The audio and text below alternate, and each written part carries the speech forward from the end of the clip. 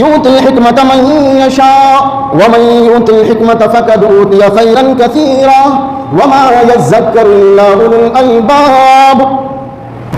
رب ذوالجلال ارشاد فرماتا ہے اللہ رب العالمین کی مرضی ہے، اللہ رب العالمین کی چاہت ہے، وہ جس کو چاہتا ہے حکمت و دانائی سے نوازتا ہے، وہ جس کو چاہتا ہے قرآن و حدیث کے علم سے نوازتا ہے.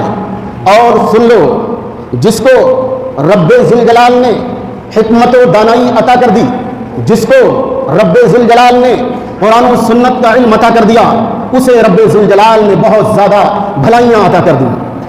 معلوم کیا ہوا؟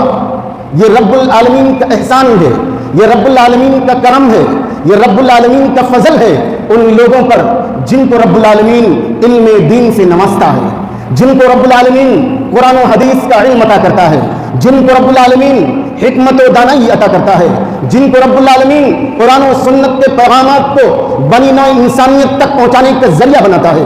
یہ رب العالمین کا کرم ہے ان لوگوں پر، یہ رب العالمین کا احسان ہے ان لوگوں پر. اللہ رب العالمین فرماتا ہے آگے وما یذکر الا اولو الالباب.